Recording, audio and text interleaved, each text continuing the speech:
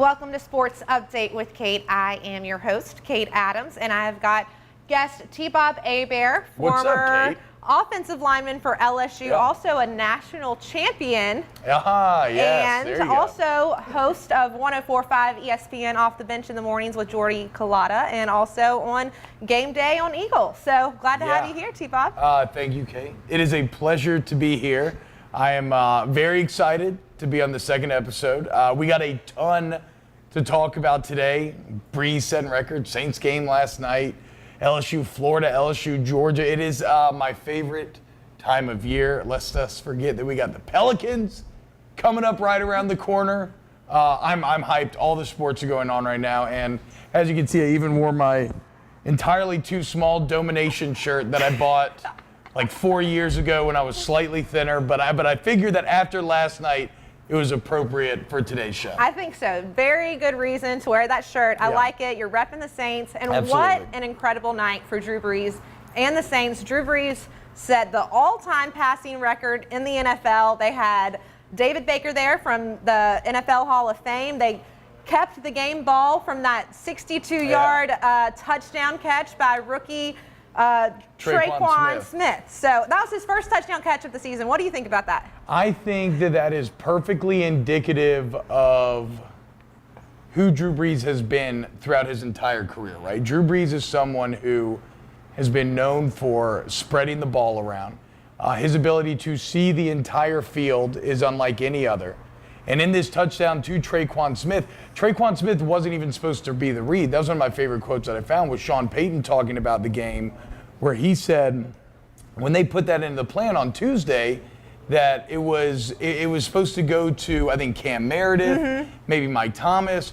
Like, Tre'Quan wasn't even really supposed to be that involved, but because he's Drew Brees, because he sees the entire field almost unlike anyone else, and that little shoulder fake that he got to get Norman to bite, here he is, and he throws his 497th touchdown, a 61-yarder that breaks the all-time passing yardage record, and he throws it to a guy in Tre'Quan Smith who had never scored before, who really hasn't even, I can't remember how many catches he had coming into this game. It was like 2 or 3 coming in. Like, it's just, Drew Brees sees the field unlike any other. He executes unlike any other. It's why he is now the all-time completions leader, all-time passing yards leader, and holder of many, many more records, which we can go down. But I thought it was very appropriate. Yeah, passing for over 72,000 yards, beating Peyton Manning. Peyton Manning was already at 71,940 yards. I mean, that's insane. Now, did you see the video message Peyton sent to Drew? Yes, Peyton using all of his well-trained SNL comedic timing to, and I'm talking about the full message, because I feel like the Monday Night Football broadcast, they only played the end where Manny was like, in all seriousness, Drew, congratulations. I'm happy to have my record. You've done it the right way. Exactly. But the beginning is the best part, where he's chopping his tomatoes and he's talking about making a wedge salad for the family. So look, Peyton Manning is one of the greatest quarterbacks of all time. No doubt about it. Drew Brees is also one of the greatest quarterbacks of all time. No doubt about it. And so, I mean, picking between those guys, you're going to be splitting hairs. But for whatever it's worth, by the end of Brees' career, I think that he will have broken really all of Manning's records. I do too. Another record that he's about to break, he's already he's got 499 touchdown passes, fourth in NFL history. He's one behind Tom Brady. Now, something that I saw last night, there you would think Drew Brees, and we were joking around calling him Brees earlier because he's just such a great human being. You just can't match up to the things that he does. One of the things he said to his kids right when he got the NFL all-time passing record, he said, "I love you guys so much. You can accomplish anything in your life as long as you're willing to work for it." And then what if you're, and he said that's what he says to his kids every night before he lays them down and go to sleep. And it's kind of like you said when we were talking before the show, something that touched me was just looking at how his kids looked at him. Like seeing that their dad, I mean, it's almost like he's some sort of superhero or something. So yes, Brees puts us all to shame. He's wildly successful. He's got 3 boys and a little girl. He's got a beautiful wife. He never gets in any sort of trouble. He's been a huge positive impact on the community. He's been a key member of restoring New Orleans after its most devastating time. Just the narrative of him with his broken shoulder coming to a broken city and then both kind of rising from the ashes together. There's a reason why people throughout America are so enthralled by Drew Brees' historians, because it's like it's easy to appreciate. There's a lot of adversity that he's overcome, and he's done it the right way. And yes, he's like we said, it's like it's almost like he has to be bad at something, right? He has to like do some weird stuff. Yeah, maybe what's in his own flaw? time. Yeah, What's his flaw? What is his flaw? Maybe it was that birthmark. And then he got that, and then he got that fixed. And so now we are left with nothing. Look, I mean, look at this. So I was going through this today. Drew Brees right now, because the conversation is, did you see Maurice Jones-Drew's comments on NFL Network? I haven't seen all of them, but I read some not very good comments about it. It was a bad take. Yeah. Okay, so right after the record is set, they're on NFL Network. They're doing broadcasting. Look, when you talk on camera or on the microphone enough, like you're going to stumble into bad takes. I definitely had a habit of me, but Maurice Jones-Drew started talking about how, yeah, Drew Brees broke the record, but he's not a top 5 quarterback. And he's missing guys like Aaron Rodgers. He's like, I mean, he just makes easy throws from the pocket that anybody feels like they can make. Then they go on, him and James Jones, talk about he may not even be a top 10 quarterback. And so, look, those takes in and of themselves are insane just because he's the completion and yardage leader. That's crazy. But here are all the records that Drew Brees holds. Career passing yards, we just mentioned, ahead of Manning, Favre, Brady, Marino. Career completions, which he broke a couple weeks ago. Completions in a season. On this record book, Drew Brees owns the first, second, and third slot and 6 of the top 8 seasons. He's tied with several others, having thrown 7 touchdowns in one game. He has the record for most touchdowns in consecutive games with 54, single season completion percentage, which he might break again this year, and career completion percentage. So here's a guy, and he'll have touchdowns, like you said, eventually. So here's a guy with nearly every major passing record, and yet he's not a top 5 quarterback because he throws from the pocket. Like, that is a sentence that I can't even fathom. So Maurice Jones-Drew, James Jones, you got to take your lumps. It was a thermonuclear bad take. It happens to all of us. We all have them.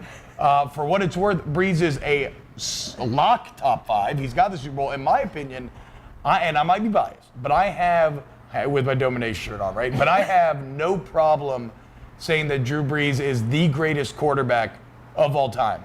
But just because in sports media, I think we put too much emphasis on championships to begin with, especially in a sport like football where it's the ultimate team sport. It is the ultimate team sport, and he's the ultimate team player. Look, Drew Brees has been to the playoffs 6 times since 2006, won at least 1 playoff games 5 of those times, been to the NFC Championship twice, won a Super Bowl, was Super Bowl MVP. The fact that any of these people are even trying to make a conversation that he might not be the greatest of all time is absolutely insane to me. It's crazy. And then I was on Twitter and I saw people, once they did post that he was the NFL all-time passing leader, that people were just like, no, Brady is better. Just wait till Brady gets it, and just all these different comments. And I was shocked. Brady ain't catching Brees. Brees' yardage. Now the touchdown thing will be interesting, but Brees' yardage right now, he has 5,000-yard seasons. The rest of all NFL quarterbacks in NFL history combined have done that 4 times. Like, how about this?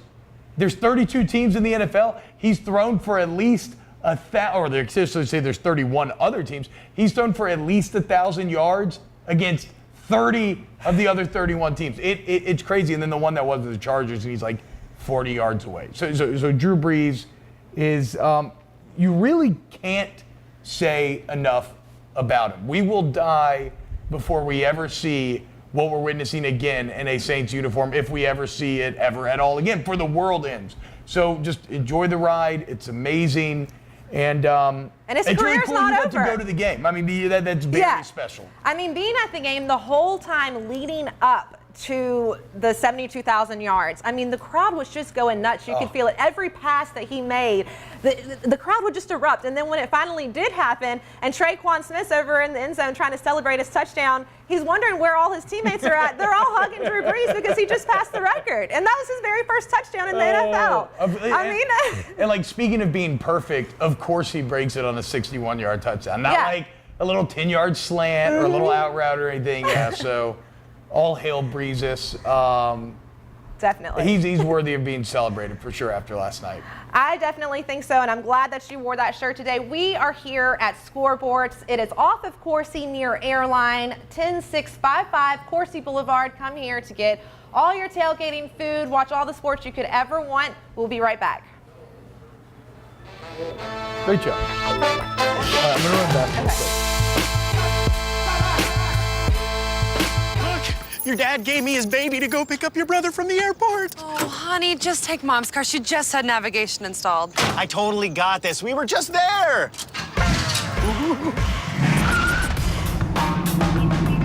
Hey, isn't that? Yep. I programmed the airport in, just in case. You don't need a new car to have new technology. Mike's Audio, conveniently located on Airline Highway near the corner of Bluebonnet. Are you ready for this year's formal events? Weddings, homecoming, Mardi Gras, prom, pageants. Debbie's Bridal is having an inventory blowout sale. Don't be left out. Prices range from 20% off to 80% off. Happening now. Debbie's Bridal, Burnside in Gonzales.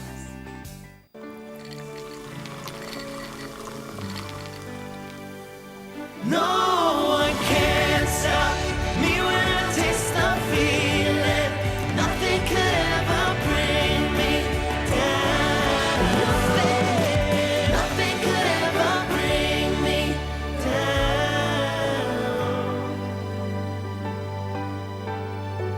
Taste the feeling. Bolello's Furniture and Appliances, your dependable independent. Depend on us for service, for selection, for price.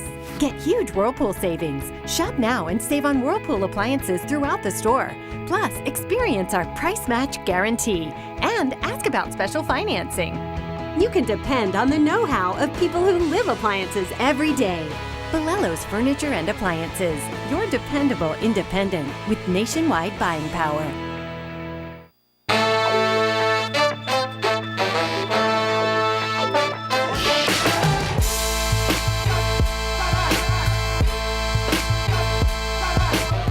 Welcome back to Sports Update with Kate. I am your host, Kate Adams, former LSU offensive lineman and 2007 national championship, right. host of 104.5 ESPN Off the Bench Radio. T-Bob Hebert with me. Thank you so much, T-Bob, for joining me. Glad to be here. Welcome back.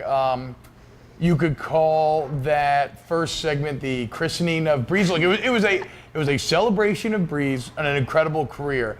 But where last night gets interesting, Kate, is that there's still actually a lot more to talk about from that game, in that now you have a New Orleans Saints team that is 4-1 and looks like they could be the Super Bowl contenders that we kind of thought they were coming into the year.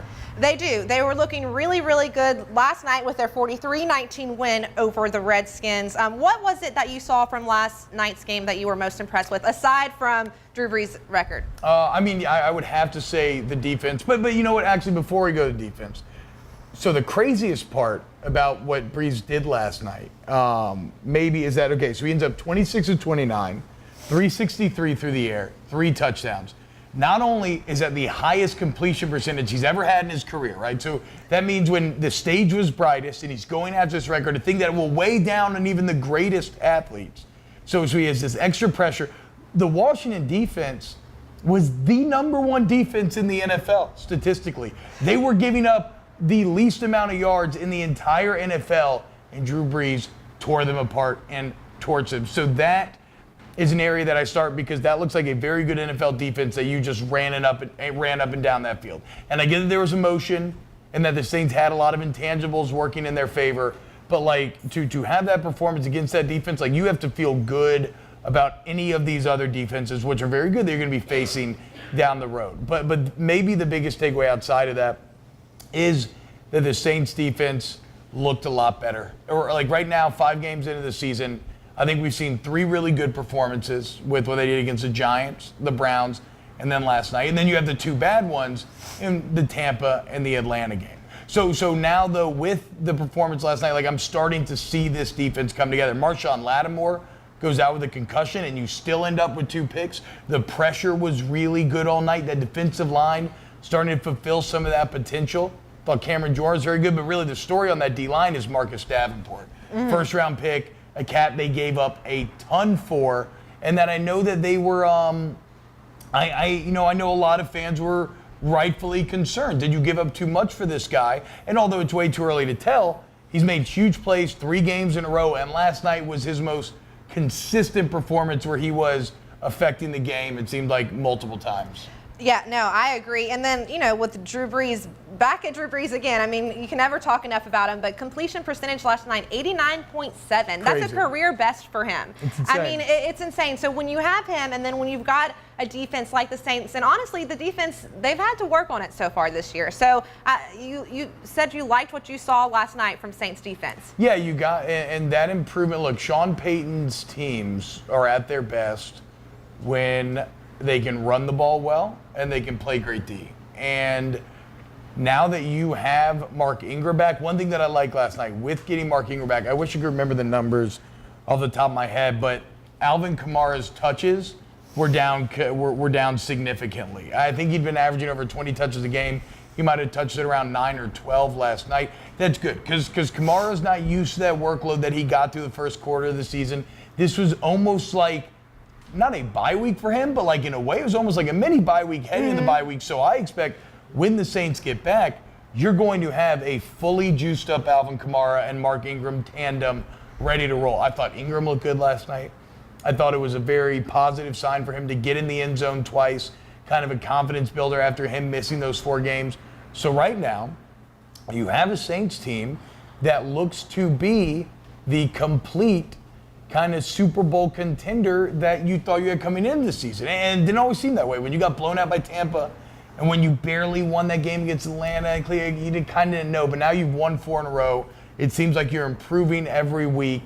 And I think, Saints fans out there are well within their rights to start getting excited about what this team can be, especially because even the bye is timing up real nicely where you're going to get Lattimore back. You're going to get guys healthy going into this kind of latter half, it's a little before the halfway point. But I really like where the Saints team is at currently, and a lot of that is also because a guy we got to talk about, and that is Mike Thomas.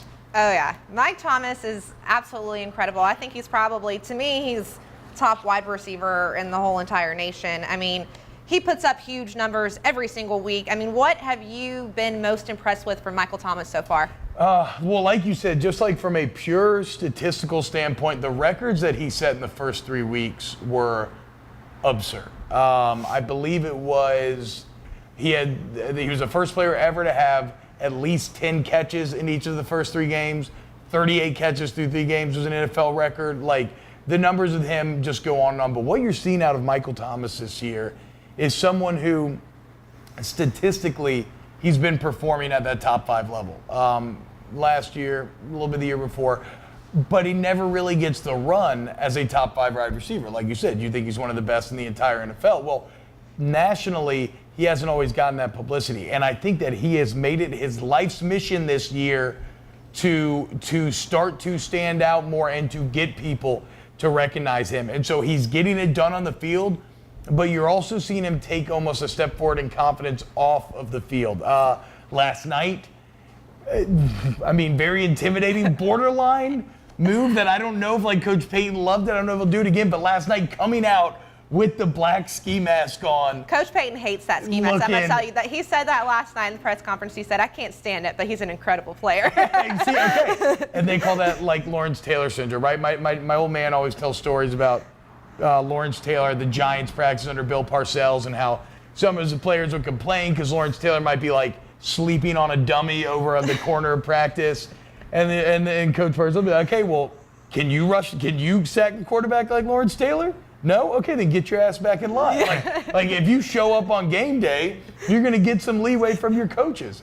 And so if Mike Thomas keeps setting NFL records, he can wear that scary ski mask. Very intimidating. And then he's also intimidating on some other fronts. So what about that Twitter battle between him and Josh Norman? I know you got some I got some insight into screenshots that. here. Some screenshots before they actually all got deleted. Okay, so for those that don't know, yeah, Josh Norman tried to do the huge internet faux pas of deleting your tweets. Look, man, once you tweet something, it's written in virtual stone. Especially if it's something controversial, you try to delete it, it only makes you look worse in the end.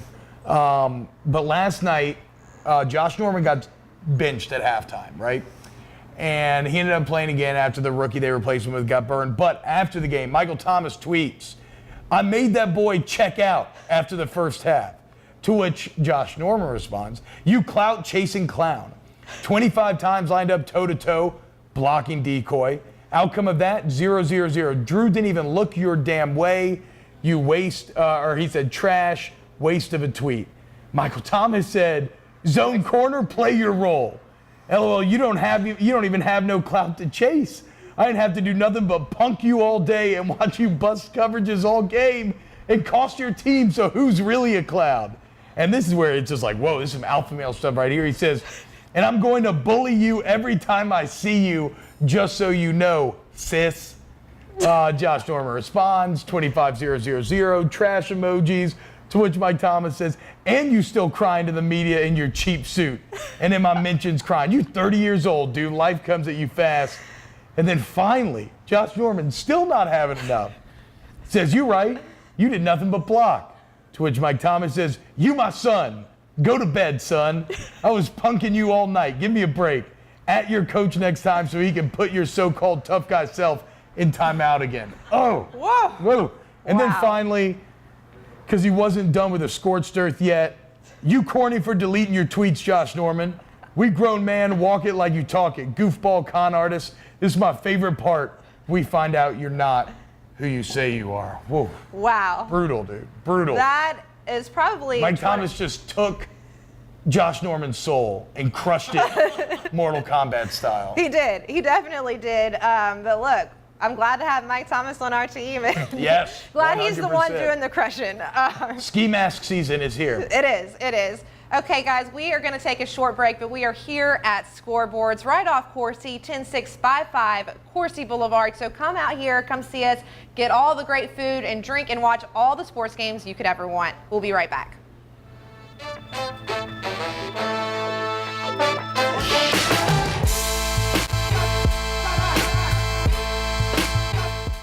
Are you ready for this year's formal events?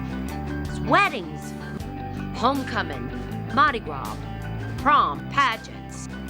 Debbie's Bridal is having an inventory blowout sale. Don't be left out. Prices range from 20% off to 80% off. Happening now. Debbie's Bridal, Burnside in Gonzales.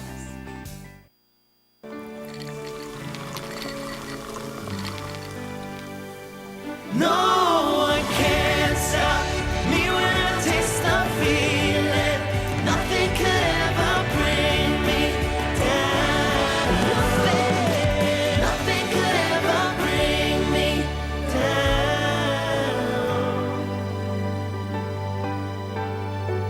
Taste the feeling. Bolello's Furniture and Appliances, your dependable independent.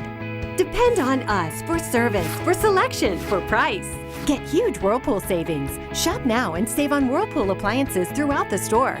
Plus, experience our price match guarantee and ask about special financing. You can depend on the know-how of people who live appliances every day. Bolello's Furniture and Appliances, your dependable independent with nationwide buying power.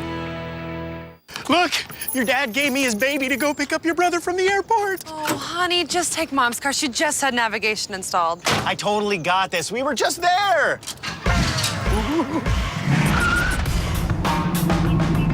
Hey, isn't that... Yep. I'll program the airport in, just in case.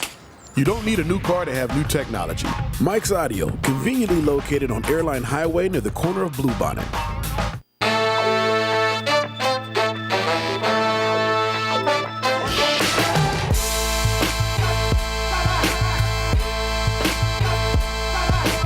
Welcome back. I am Kate Adams. This is Sports Update with Kate. We've got Bob Hebert with us, former offensive lineman for LSU, also was a national championship winner, or at least has a ring from that from his freshman year. I was 2-time Scout Team Player of the Week on a national championship team, so that's pretty impressive right there. Yeah, pretty not to brag, impressive. but I'm pretty much solely responsible for that 07 championship. Yeah. Well, that's really what I meant to say. Yeah, so I'm sorry that I didn't get it out correctly you know the what? first round. Things can get lost in translation. I get it. It's not a big deal. Let's talk some LSU Florida. All right, let's talk some LSU Florida. So, devastating loss for LSU over in the Swamp. What were your thoughts, just very first thoughts when you think about that game? Well, it hurts. That's probably my first start. This one hurts, Kate. I knew it was going to be a 4-quarter battle. I knew it was going to be close. I did think that LSU was going to win in the end. I thought that they were the better team. After breaking down that film for about 3 hours on Sunday, I'm not as sure at that front. Now, I think they're a very evenly matched team, but there were some key elements that I definitely missed going into this game. I had underrated Florida a bit because of kind of that Kentucky game, who they lost to, but one part of their team that I just didn't even discuss, like I knew their D-line was good, right? Mm-hmm. The D-line that dominated you, Polite, Zuniga, Jefferson, we talked about those guys all week long. I thought LSU's O-line would do a bit better, but I knew their D-line was going to be good. I had no idea that Florida's running backs were as talented as they were. And really, when you talk about the elements that were the difference in the game, to me, outside of some of the obvious ones like that D-line, I mean, the running back position for Florida has to be talked about, because that is an LSU defense that had not been run on this year. And whether it was Scarlett or Pirine, they were having consistent success, and a lot of it due to the O-line, but a lot due to their own merit. Those two backs made people miss. Like, one of the complaints I saw coming out of it by a lot of LSU fans were, man, why do we have so many? We missed so many tackles today. Like, what's the deal there? Are we bad? It's like those missed tackles you can directly attribute to going against a couple of NFL running backs. Yeah. Also, Jacob Phillips being out, Micah Baskerville filling in, a true freshman. He did pretty good, but he missed a lot, and he's just not at Phillips' level yet. So that definitely hurt. So to me, the separating factors, Florida's defensive ends whooped up on your tackles every time one-on-one. The Florida running backs are spectacular, and that Florida offensive line handled LSU's front seven better than I thought they'd be able to. They definitely did. I mean, one thing that I was sad about, what did you think about some of the referee calls during the game? So did you see where number 44 got literally punched in the face, and they didn't even call anything on it? Torrey Carter got punched in the face. So I got to be honest here. I actually kind of, and this feels bad to say, and kids, you shouldn't be this way. I actually kind of like cheap shots. We used to have a ton of little dirty games among some of us O-linemen where you could see how many like kind of underhanded shots you could get in. That said, if you get caught, you're supposed to get in trouble, right? And so on that one, the guy didn't get caught. So it kind of is what it is. Was it dirty? Absolutely. Refs didn't see it, is what it is. The kind of more surprising one to me was the Greedy Williams one later in the game where another punch was thrown, and it was just an unsportsmanlike conduct. Look, whatever though, I don't care if a guy doesn't get thrown out because, like I said, I think I was kind of dirty as well. As far as the referees go, I didn't think it was maybe as much of an issue as a lot of LSU fans, but two definitely disappointing parts to me were two of the spots. First, the one where they had you on 4th and 2, and you called timeout to see whether or not LSU wanted to go for it. LSU did. Like that, I feel like LSU's coach staff thought it was closer originally because of where the play ended, and so they were like, okay, should we go for it? And then it ended up kind of costing them timeout. But the biggest criticism of me against the refs would have been the spot on 3rd and 1 where they're going in the goal line. They're in the red zone. I think they're on like the 15-yard line. It looked like Elaire fell forward across the line. They spotted him like half a yard short, and then they didn't review it. Why they did not review it, I do not understand. As far as why O didn't do it, he kind of addressed that on Monday. Yeah, I mean, I agree. I totally think that they should have reviewed that. I don't know why they didn't review it. I don't know why the refs didn't either, because like they're supposed to have somebody in the review crew that like tells them, hey guys, we should maybe take a look at this. And then as far in the O front, they have a guy on the staff who is watching the games and is supposed to call down and tell them whether or not they think it'll be reviewed. Because you can't see that live if you're on the field. And apparently that message got relayed after the field goal was kicked. They said, hey, coach, we probably should have reviewed that one. So somebody's getting their butt chewed out after that one. But that was the only real refereeing gaffe to me. That really stood out. Yeah, I mean, I wasn't a huge fan of some of the referee calls on that, but I also haven't played like you have. And like you said, guys are going to get dirty. Florida and LSU, it's a big rivalry there. I mean, they got dirty, back in 2016, was it, at Tiger Stadium? Yeah, before the game. Yeah, before the game. I mean, they knew that this was going to be a tough and a physical game for them going into it. So, I mean, it showed. It showed all during the game. And I have another question. I saw an interview, well, not an interview. I saw somebody taking some video on their phone of Tim Tebow talking to the Florida Gators after the game. Oh, wow. And basically kind of what he said was you guys didn't flinch at all. Y'all, basically they all kind of walked into the stadium with a chip on their shoulder. They were ready to go, almost like they wanted it more. And I know that's a cliche in sports that a lot of people don't like. Okay, they wanted it more. Everybody obviously wants to win. We know that. But do you truly feel like Florida may have actually wanted it more? Do you feel like that they came into the game more fired up, more ready to go than LSU did? I don't think they came in more fired up or locked in or ready or anything, because when you look at the start, I actually really like how LSU started. But in terms of wanting it more, I don't even know if I would couch it as wanting it more, but kind of what that is speaking to, that was definitely on display the other day, is that it's the intangibles of being at home within a super raucous crowd around you, and having one of your legends in Tim Tebow there, retiring his jersey, and kind of like it's weird because to talk about this in sports, because in sports we like very quantifiable things. Like I want to be able to put numbers and stats and analytics to explain these sporting phenomenons, and when it comes to stuff like momentum, home field advantage, the way that a team can feed off of a crowd's energy, which I definitely believe is real. I don't think that is overblown.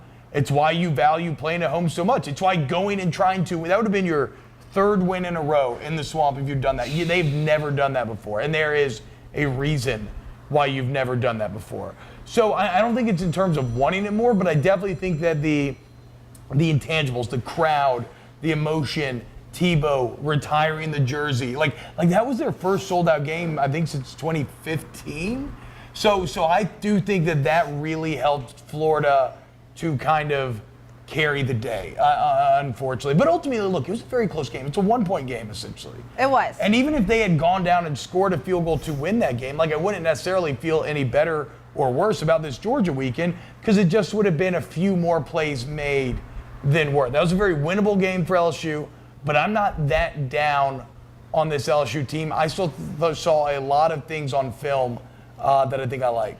One of the topics that I want to discuss is the offensive line. And with you being a former offensive lineman, I think you're a great person to kind of talk about it. So LSU has already started a different combination on the offensive line throughout those 6 past games already. Yeah. I mean, how does that affect Joe Burrow? How does that affect the other players on the team? What does it do? Does it make things more difficult? It's tough. I mean, 6 combinations in 6 games. And it gets even crazier when you look at your original projected starting 5. Only 4 of those 5, or excuse me, only 1 of those 5 guys are still around, meaning you're missing 80% of your original starting 5, which is, I mean, that's tough for any team to overcome. So actually, I think it's important to credit what James Craig, the offensive line coach, has done with this group, given how much turnover there's been. They've run guys into brand new positions. They've had to play true freshmen. And for the most part, they've been really solid. Now, where Saturday gets disappointing is that's as strong of a line as you've had all season. You had Sadiq Charles back. You had Lloyd Cushenberry uninjured at center, which you were worried about going in. Deculus has kind of been getting together at right tackle. Damian Lewis, you had, like, it was as healthy as you've been, and it's the worst game that you played. I thought Adrian McGee kind of struggled at the guard spot in the run game. But everybody did, I guess, at certain points. And they really, the key area to highlight is Sadiq Charles at left tackle. And Sadiq's a beast, but left tackle's very hard. And when you're coming off of 2 weeks where he did not play, and you got to go straight into Polite in that Florida environment where that crowd noise, because you're so far away from the center, he can't hear the snap. He has to watch it. So his advantage that you get is taken away. So he basically is a half step behind, and on that level, that's enough to spell your doom. So optimistically though, Charles struggles. He's still good enough. I look for him to bounce back. Like, I think he's going to be okay later, and I think LSU by extension, I think they'll look far better. But in terms of the challenges, like you said, the inconsistency analogy I use, offensive line, it's like 5 fingers, right? 5 different players. You need to use your fist, your hand. You need to have all these fingers working in perfect unison. If your pinky's out like doing random crap, well then, your hand's not going to work. So when you're constantly shuffling guys in, you struggle to gain a consistency. And then when you look at this LSU offense, and they've been inconsistent all year, and that's maybe the biggest critique, well, it's hard to not point to the offensive line and be like, okay, well, that's obviously a huge contributing factor in bringing about that inconsistency. Exactly. Well, injuries has definitely been a huge part of that with the offensive line.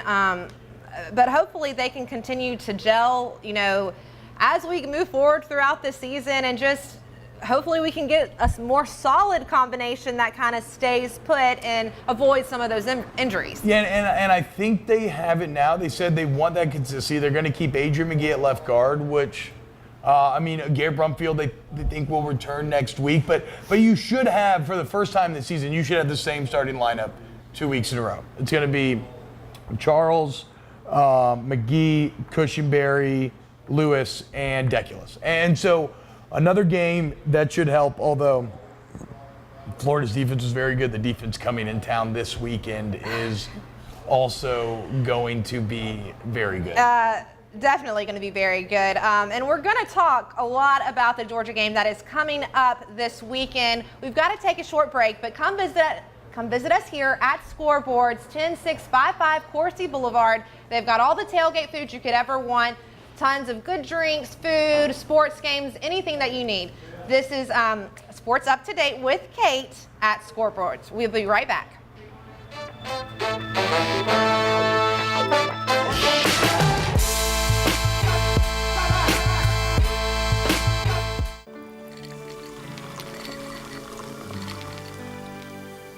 No one can stop me when I taste the feeling.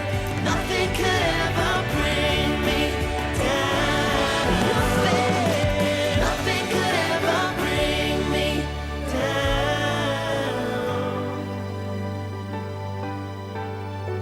Taste the feeling.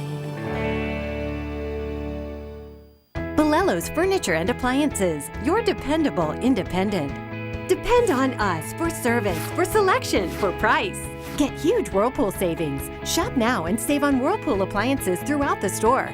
Plus, experience our price match guarantee and ask about special financing. You can depend on the know-how of people who live appliances every day. Bolello's Furniture and Appliances, your dependable independent with nationwide buying power. Look, your dad gave me his baby to go pick up your brother from the airport. Oh, honey, just take Mom's car. She just had navigation installed. I totally got this. We were just there.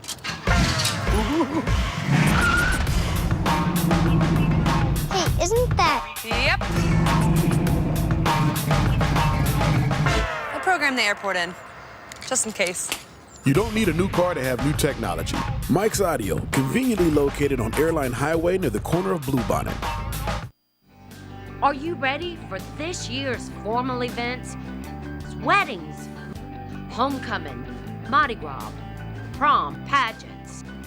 Debbie's Bridal is having an Immajoy blowout sale. Don't be left out. Prices range from 20% off to 80% off. Happening now.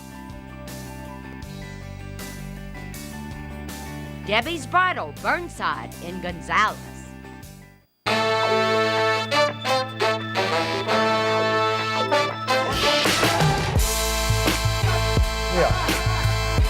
Okay, welcome back to Sports Update with Kate. I am your host, Kate Adams. I have guest Bob Hebert, and I am so happy to have you here, Bob, with me. I'm very glad to be here. And they just came and put out a bunch of really yummy looking food in front of our faces, which is going to be really tempting this whole time that I'm sitting here trying to talk to you guys. I'm going to want to eat. I might just go ahead and eat one right now. I wonder how this is going to sound on the mic. Yeah, I wonder how, but. That Joe Horn sauce. That's delicious. It's great. Just why you need to come out. Come get some food, talk some sports. Uh-oh. Exactly, but see, Eating on air is a dangerous proposition. I've never done it before. There's only First one time man. for everything. There's only one man that can eat consistently on air, and that's Jimmy Ott. I thought you were gonna say yourself. You No, see Bob Hebert nope. because. Nope, Jimmy Ott has mastered it like a Jedi using the Force. It is as natural to him as a fish in water. It is. They go hand in hand, Ott and eating on air. So if you ever want to learn, just hit up Jimmy over the station. Okay, I'll definitely hit him up for that. But I thought you were the one that got in a little bit of trouble because you brought some food up to the nice new studio that you work in. Now yes, that is true. They did kick us they kicked off the bench out of the new studio for a while because one of our team members, we're not going to name names here, it was not me though, but one of the team members brought breakfast for everyone, which I thought was an excellent team building thing to do. Exactly. And was very nice. And the bosses did not take too kindly to it, so we learned our lesson.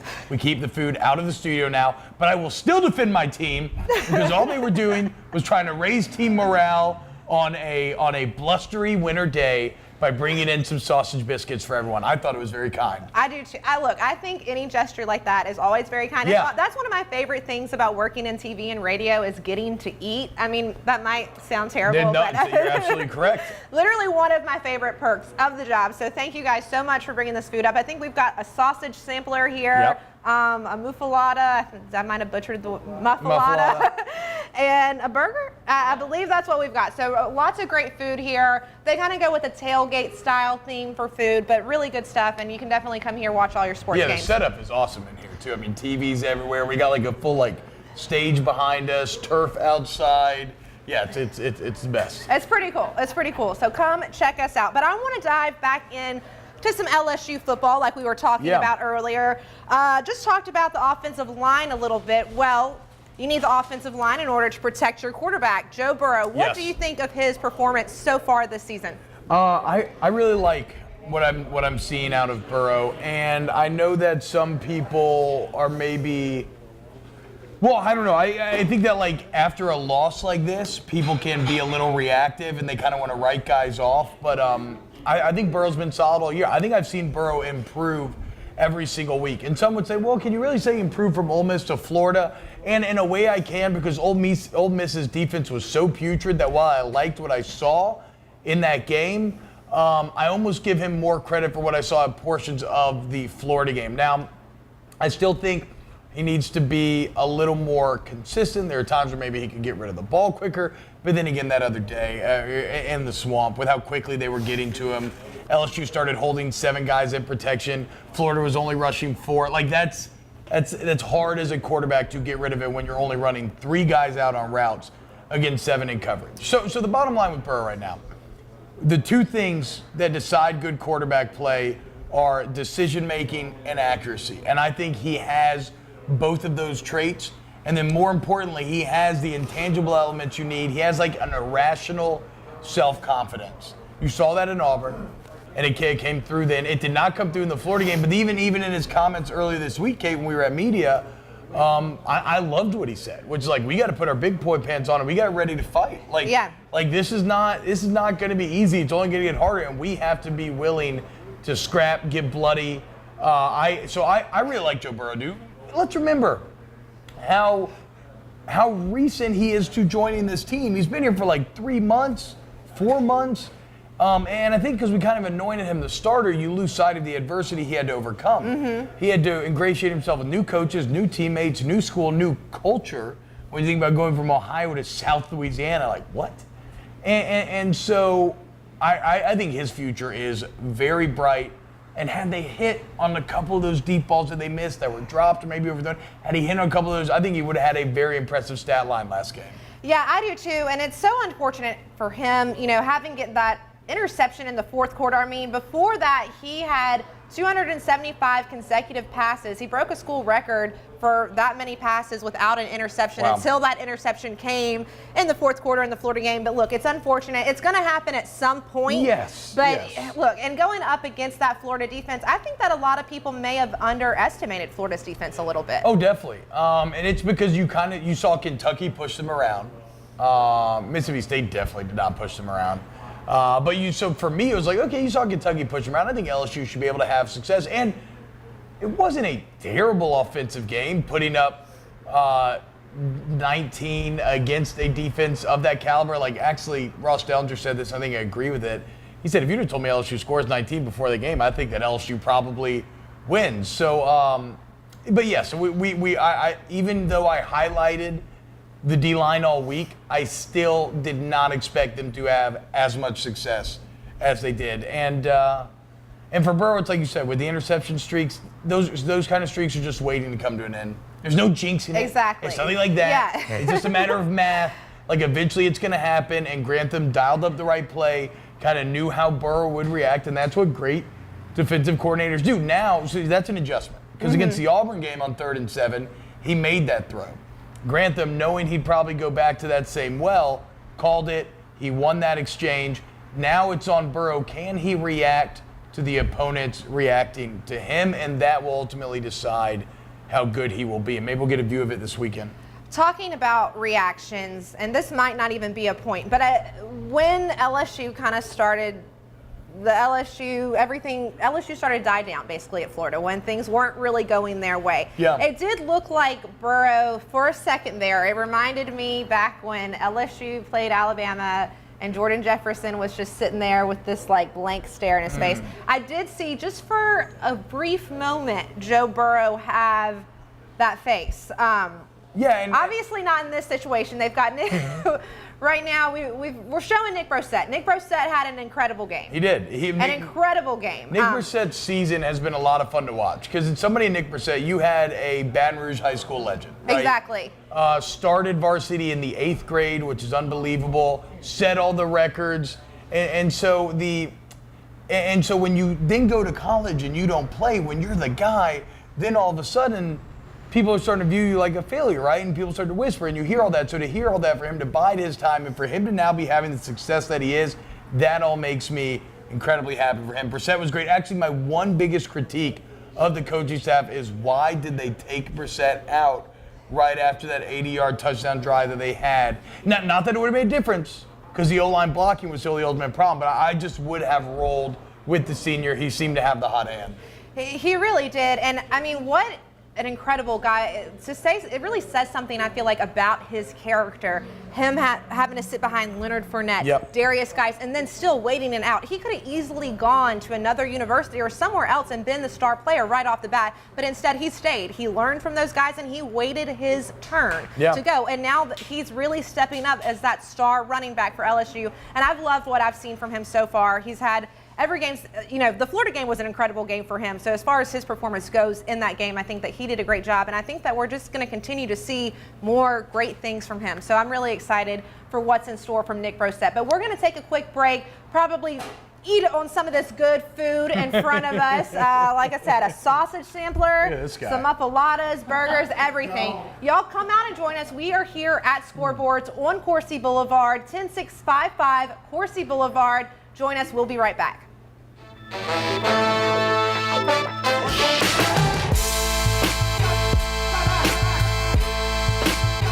Mellows Furniture and Appliances, your dependable independent. Depend on us for service, for selection, for price. Get huge Whirlpool savings. Shop now and save on Whirlpool appliances throughout the store.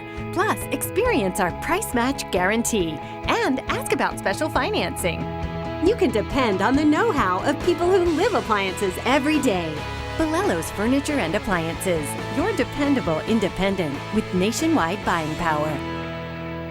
Look, your dad gave me his baby to go pick up your brother from the airport. Oh, honey, just take Mom's car. She just had navigation installed. I totally got this. We were just there.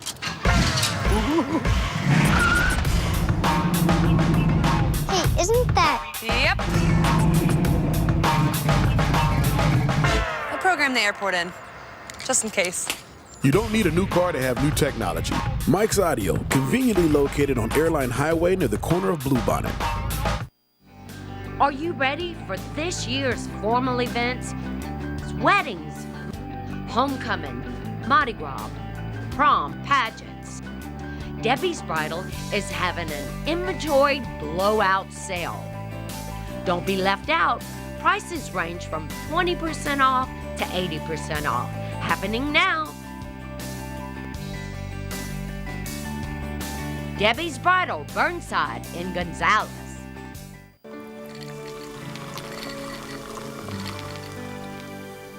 No one can stop me when I taste the feeling.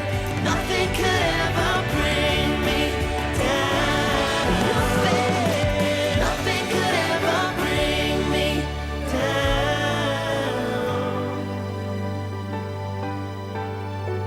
Taste the feeling.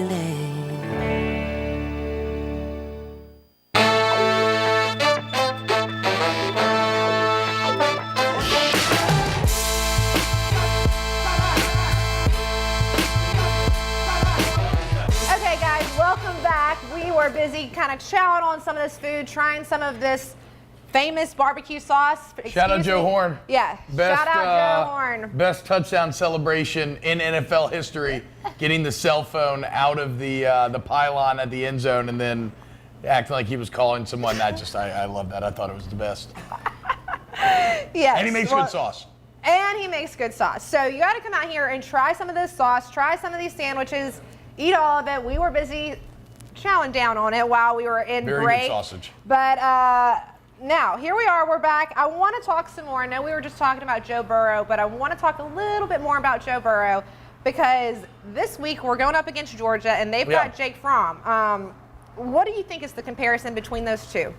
I think that Jake Fromm is someone who is maybe not the most intimidating quarterback, and you can see the numbers up here, right here. He's not the most intimidating quarterback from a raw volume perspective. As you can see, Burrow's actually thrown for more yards than Fromm has. What makes Jake Fromm so good is his efficiency. As you can see, way higher completion percentage, 12 touchdowns, just 2 interceptions.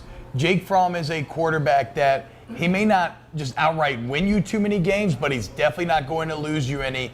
And he really works for what Kirby Smart wants to do, right? Mm-hmm. Like Kirby Smart wants to run the ball, which is where I become a big concern because Georgia's running backs are as good as Florida's running backs were. But Kirby Smart wants to run the ball. He wants to pound you. He wants to lull you into that sense of security, and then he wants Jake Fromm to play action, beat you over the top. And he is capable of doing that, and that is where he thrives. So Jake Fromm, I think, is very good. Joe Burrow's not as good as Jake Fromm yet, but give him more time on task. I still think the potential of Burrow remains very high.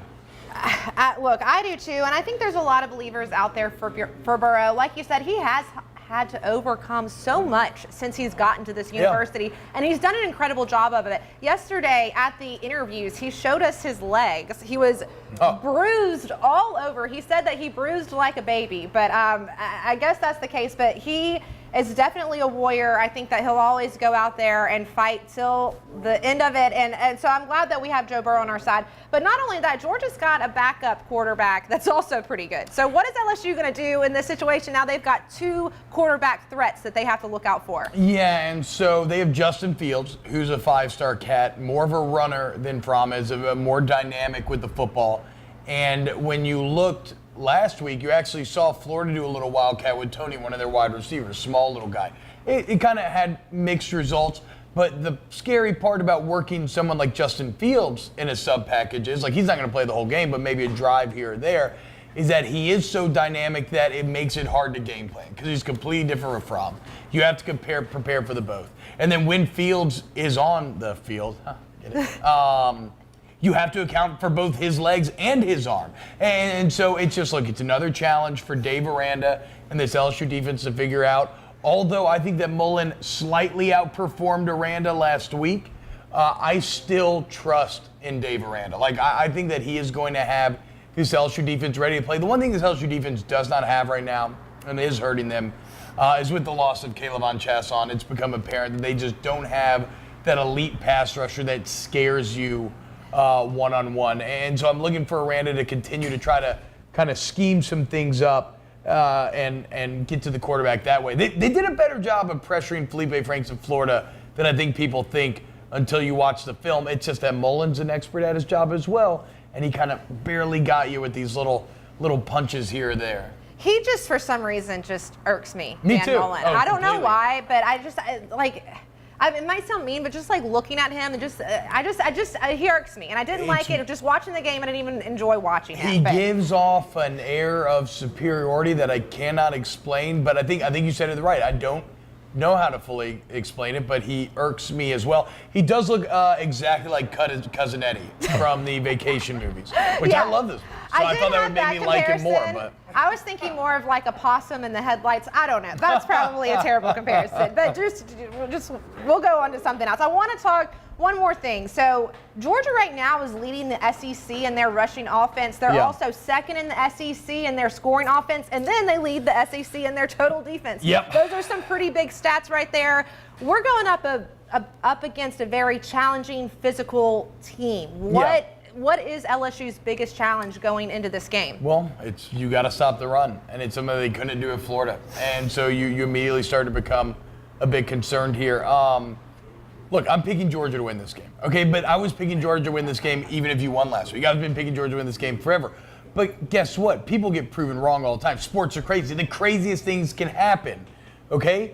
I don't think an upset this Saturday is that wild. I have it kind of like a 65-35 on my scorecard right now. I give Georgia 65% chance of winning, LSU about a 35. But look, Tiger Stadium, the intangibles we talked about that worked in Florida's favor last week will be working in LSU's favor this week. I think so. I think Tiger Stadium is going to be electric. It's a sold-out game. All right, give me your score prediction really quick. Oh, man. It's early in the week for score predictions. I'll go like Georgia 24, LSU 17 right now. Okay, I like that, and I hope that's what it is because I know all of us, all the LSU fans out there definitely want a win, and if they get this win, since Georgia is ranked number 2, it's going to be a pretty big deal. So let's hope that our Tigers get the win. I want to say thank you to everyone here at Scoreboards. Thank you to Caleb, my producer. Thank you, T-Bob, so much for coming on. We enjoyed having you as a guest. And everybody, come out and enjoy some great food here at Scoreboards, 10655 Coursey Boulevard. We will see you guys next week.